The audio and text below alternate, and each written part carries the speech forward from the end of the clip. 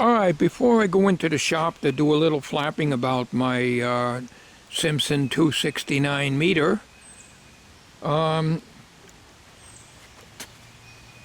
offered me a motor for this, which I appreciate, but you see this styrofoam here? It's very close tolerance to that.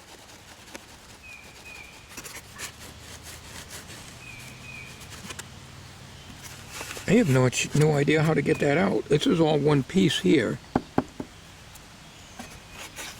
And in here, this is all fastened to this, so I would bust this styrofoam. This is all styrofoam here.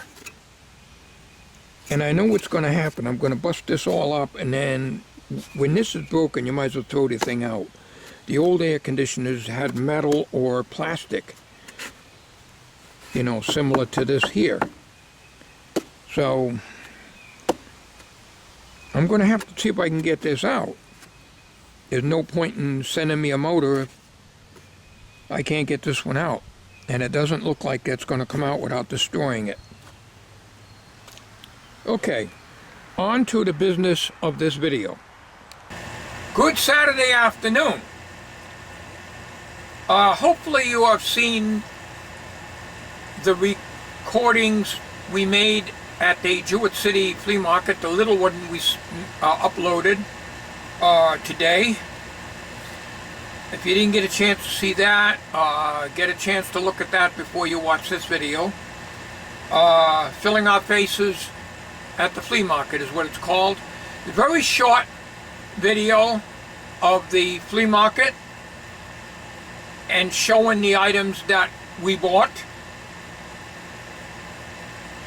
We weren't going to go to Jewett City today because the weather predictions weren't good, but it was cloudy when we started out, and believe it or not, the sun came out. It got awful hot, and it's very hot out there now. You may be able to hear the air conditioner running, which is the first time this year. I hate hot weather, honest. I'm going to show you. It looks to me like I paid $5 for this.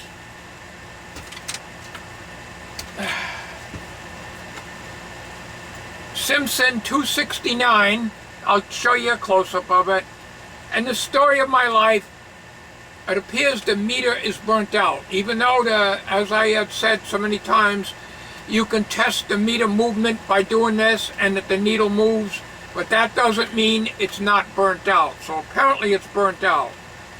Now, you can't put an ohm meter across the meter. You'll blow it out.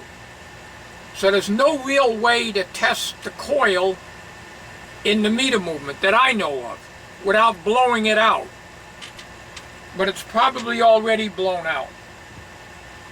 So I paid $5 for it. I took it all apart here. I tried getting a schematic. There is no schematic for a SIMPSON 269 unless you buy the manual. The Radio Museum only gives you partial schematics. I never can get anything. That site is useless. You never can get anything from them. They show a schematic. When you click on it, it's only 1/4 of the schematic. You click on the full thing, you only see part of it. So it's useless. Somebody had put 2 9-volt battery clips in here. I don't know what kind of batteries go in here because I don't have the information on it.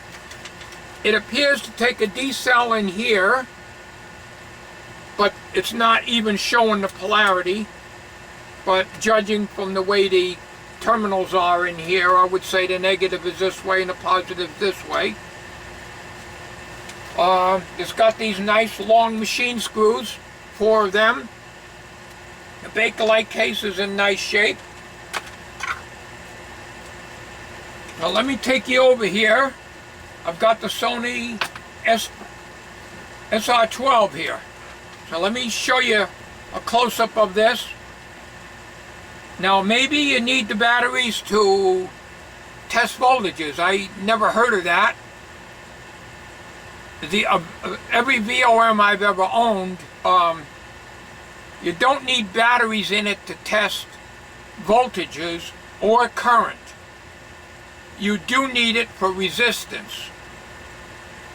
Well, the meter does not move at all, no matter what position I put it in. So let me get you over here so you can see a close-up of it. Get my glasses on here so I can see what I'm doing. All right, we're in camera.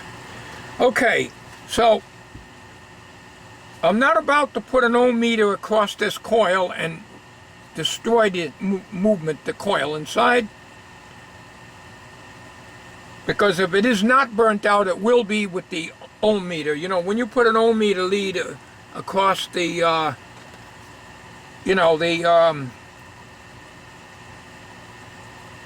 movement, you've got 9 volts here from the digital meter, because it only has one battery in it. So you've got 9 volts. Even if you had 1.5 volts, current will destroy this. So you can't check these with an ohm meter, not that I know of. I'm not about to chance it, but I think it's blown. Now, there is a fuse right here. But again, I don't have the schematic because it's not available unless I buy it. This fuse is good. This is some kind of a coil or something with a tap on it. These here are the battery connections. These 3 spring terminals here. I checked all these resistors with the eye-lope and they don't appear to be burnt. I did not measure the resistances. The glass is loose, but other than that, you can see the, now you can see this moving here, okay? If you look in here, there's a chain in here. See the chain going? There's like a bicycle chain in there. Alright, small version of a bicycle chain. Alright, but we have no idea if this chain has jumped a cog and we could be on the wrong range. I'm not saying that's the case, but we could be. So maybe somebody was on the microamp scale, or milliamps, let's see what that is. 16 microamps this goes down to. Now, suppose somebody was on the microamp scale and had the test leads plugged into the amp and common and put voltage on it. Well, you know what will happen to this. So in other words, this meter here, if I understand VOMs, and I think I understand them pretty much, they work by way of resistance in series with the meter. So if you're reading microamps, and this goes down to 16 microamps, that means this meter is 16 microamps full scale. In other words, that's what's needed to drive it full scale. So I'm sure it's blown. Even though you can see how the meter moves. Now, another thing I do to test and verify that,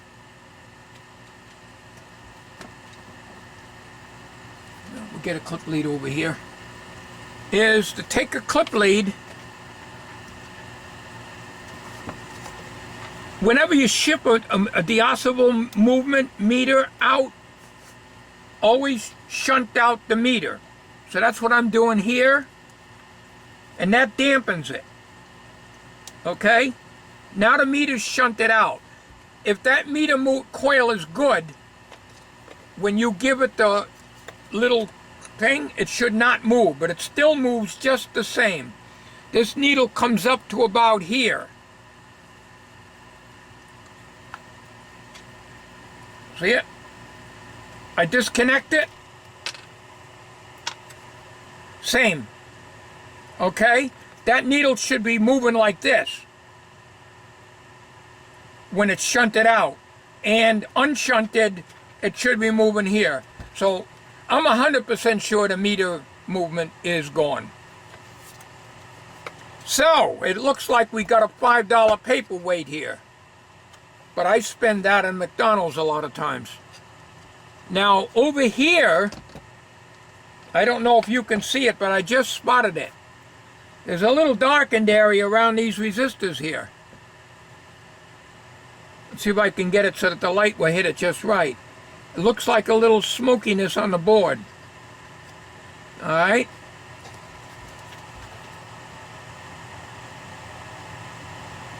It appears these two resistors here are dark and not shiny, whereas these are shiny. So somebody probably put on the wrong range and obviously blew the meter. I double checked this fuse here and it is definitely good. On the side of the meter case, you see where these terminals are here with the battery? Here's the matching contacts. So if you put it down like this, all right, what you're reading here, although it's upside down, this is common. This is rubbed off, looks like plus, and this is amps. All right?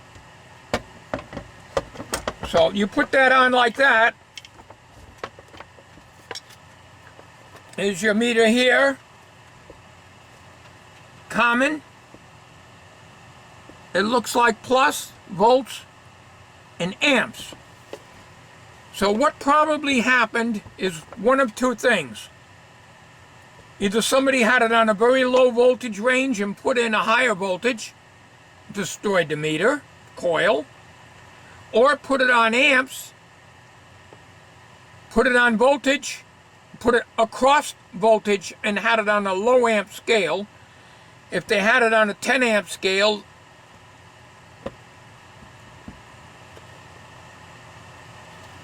they could have still damaged the meter. But regardless, we got a blown meter here. And I tried all the ranges with voltage going in except for the microamp and the milliamp scales. All right? I'm going by the assumption that the chain did not jump and that this needle may not be indicating the right range. Okay? But I get nothing out of any of this, and I tested it with a 1.5 volt D battery. From the common to the center pin, which is the voltage plus. Over here on the other side, you've got the 600 volts, which I have not tried, but I'm sure the meter's not going to work if I plug anything in there and try to test a 1.5 volt on the 600 volt scale. And the output, well, I never could figure out why they have an output on these meters, but they always do. The SIMPSON 260 does too. I never could understand why they have that, because that never made sense to me. And here's your 1600 volt here. So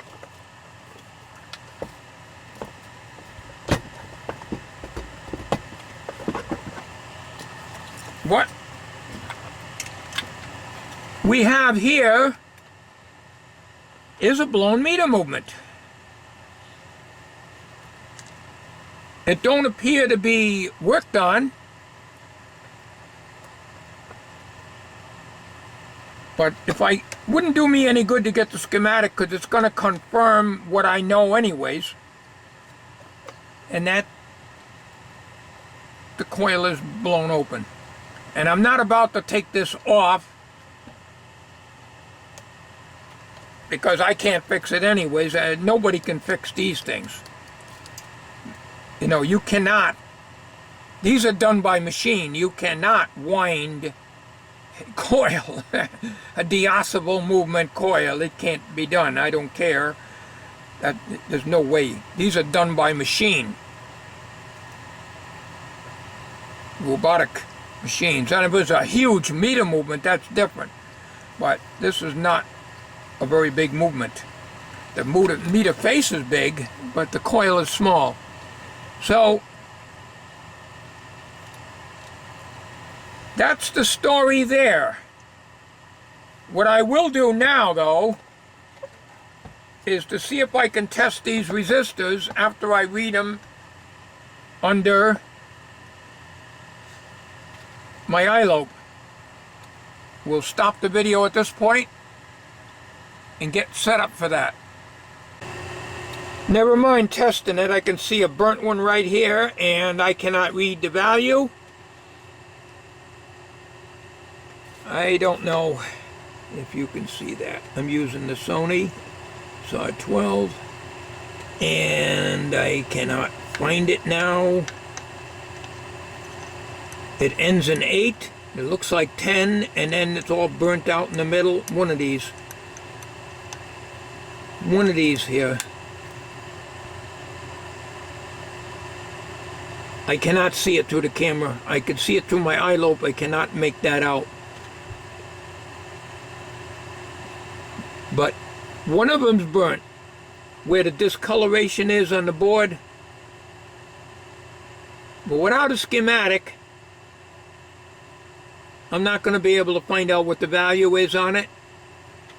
I can't tell which one it is. I had my finger on it, but I cannot see that. The viewfinder don't bring me up far enough. Let's see if I can see it with the magnifier.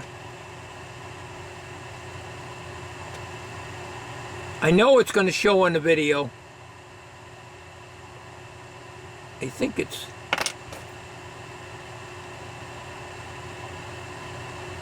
this one. But anyways, resistor's burnt. So, like I say, I can't get a schematic for this, but the meter movement's gone anyway, so there's no use.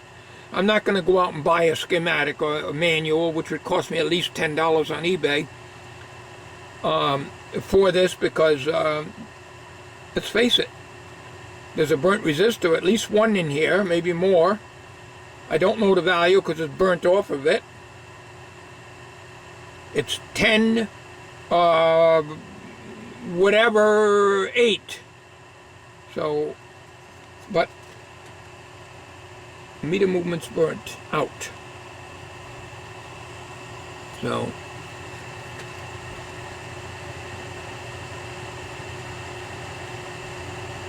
I mean, you'd probably say, well, let's go and put an ohm meter on it anyways. It's shot to hell, what's the difference? But what if it is not burnt out? It will be if I put an ohm meter on that. You got to be very careful using an ohm meter on a deoscible movement that's very sensitive. On an old meter, yeah, you know, something that's not too sensitive, like an amp meter for a car or something, an antique car or something, an amp meter there, you're not going to hurt that by measuring the resistance and find out if the coil is good in that.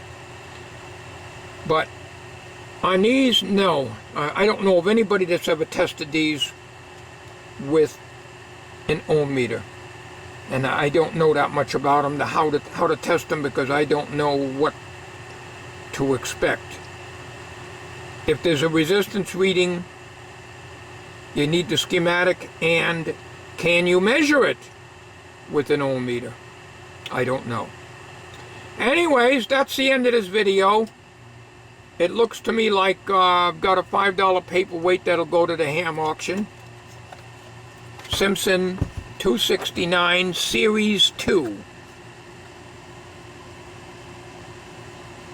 I saw it on here somewhere. Oh, here it, no, I don't know where I saw it. Oh, it's on that little label in the middle there. See it? 269 Series 2. Okay, folks.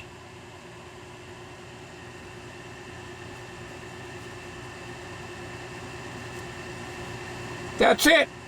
That's all she wrote. I only paid $5 for this. If I paid more, it would be a heartbreak. But that's the only thing I bought up there other than a belt. Thanks for watching. Take care, everybody.